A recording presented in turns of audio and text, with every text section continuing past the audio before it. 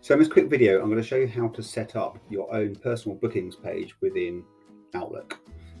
Personal bookings allows you to share a link to your calendar, which in turn allows your customers or suppliers or vendors or friends the ability to see your free busy information in your Outlook diary and book a meeting with you without having to go backwards and forwards with, are you available on this day? Can you make that date, etc.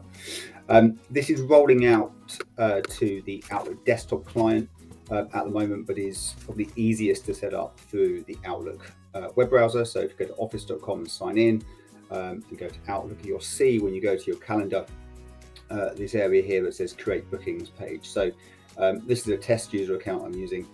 So I don't currently have a bookings page. So I'm just going to walk you through very quickly how to set this up. This is not something you need IT to do. This should be enabled by default across everyone in the company. And yeah, really, really quick and easy.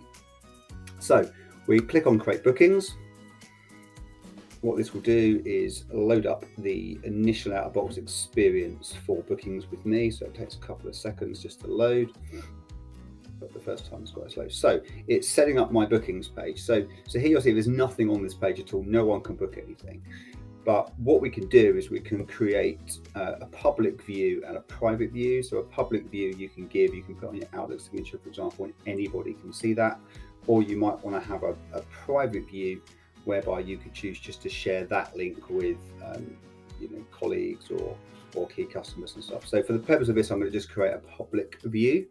So I'm going to click here on public, click on the plus button. You can create multiple instances of these. So you might want to give people the option to book, a 30-minute meeting with you or an hour meeting with you or something along those lines. So I can simply just put in here a title. So I can say 30-minute meeting. I can pick a category if I want to. So if you've got categories set up within Outlook, I haven't on this demo environment, so I'm not going to bother with this one. I can put a description, so 30-minute online meeting. You could make this in person, you could set a location, you could have it book rooms and those kind of things for you. I'm going to leave it as it is. By default, it makes it a Teams meeting, which is handy. It's going to be public.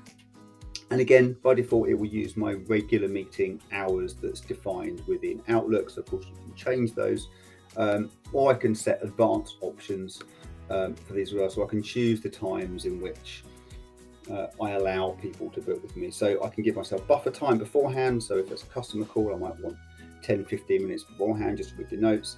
I can have after meeting time. So that might be just to sort of catch up on the call, or to take some notes, or put entries in NetSuite and those kind of things. And again, I can limit the start time of the meeting. So there's quite a lot of options here, as you can see, that you can play around with. So I might want to give 30-minute intervals, 15-minute intervals, or hour level intervals. I can also set how far in advance you want people to be able to book that time with you. So a minimum might be an hour, which is the default here, and a maximum time might be 90 days. If I want that to be longer than that, say I don't want people to book a meeting with me unless it's at least a day in advance, then I can set that quite easily here. Once I've configured those settings, I simply click on save, and that will now save that for me, and you'll see this appear now in the bookings page. So once the bookings page is set, I can also customize the background. So I get a few options here just to edit the banner, so I can choose some default images and things. I believe in the future you're going to be able to customize that with your own kind of pictures. It will pull in your profile picture, so if you've got a profile picture set within Teams, which you all should, it will pull that in. On my demo account that I'm using, I don't have one at the moment for that, so I'm just going to pick a funky background. So I'll pick something like a cityscape, for example, in there.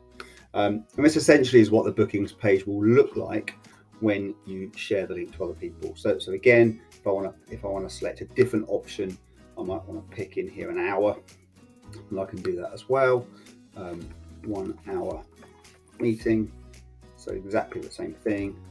Book a 1 hour meeting with me. So again, location will be remote.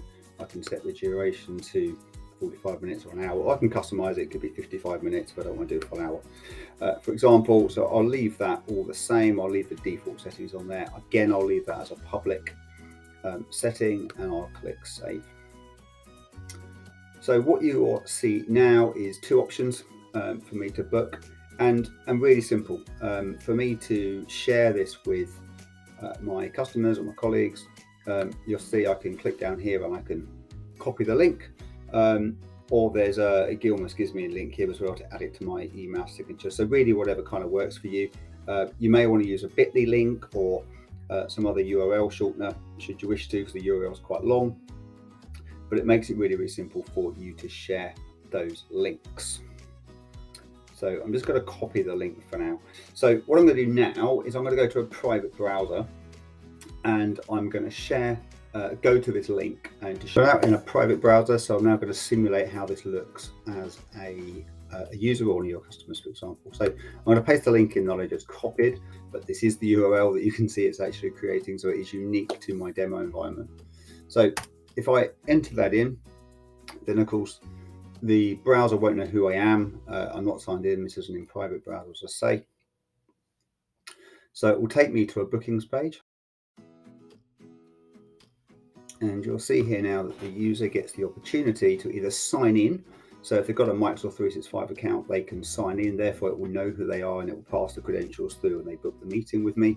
Or they continue as a guest. So this is obviously ideal if it's someone anonymous or someone that maybe isn't on Microsoft 365 or doesn't want to share those credentials with you. So they can continue as a guest. And you'll see now they actually see the timings that are available in the diary to book. So you'll see here they can choose from the hour meeting that we set up or 30-minute meeting that we set up. And this will look through your calendar and pick those desired slots based on your preferences that you selected earlier. So I'm going to pick a 4 o'clock slot. I'm going to click on next. Because I haven't given my details, I haven't signed in, Outlook needs to know who I am. So I'm going to, I'm just going to type in my name in here.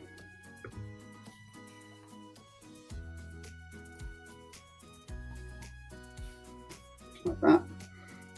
And because I haven't signed in, it's actually going to send me an email verification code, which is not ideal, seeing I'm just testing this out, but you kind of get the idea. And what will happen is that will just book the time into my diary. It will send the user, in my case Darth Vader, a meeting invite with all the relevant team's information, and it will be scheduled like a normal meeting.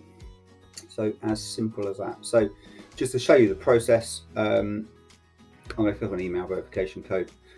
You'll see it's going to pop up. They're going to get asked to type the code in, which I'm not going to do because unfortunately Darth Vader's not real. And there we go, all done.